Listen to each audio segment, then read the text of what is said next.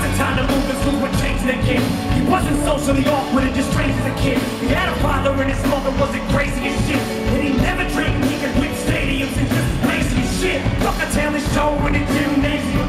You want him out the shit, quit daydreaming, kid. You need to get your cranium checked. You're thinking like an alien and just alienistic. Not pretend they just make him angry with this shit. And there was no one he could even aim when he's pissed it. And his alarm went off to wake him, but he didn't make it to the rap Olympics. Left him his plane and he missed it. He's gonna have a hard time explaining to Haley and Lee his moves here and his wet shit. Cause he never fixed it. He hoped and he wished it, but it didn't fall in his lap, so he ain't even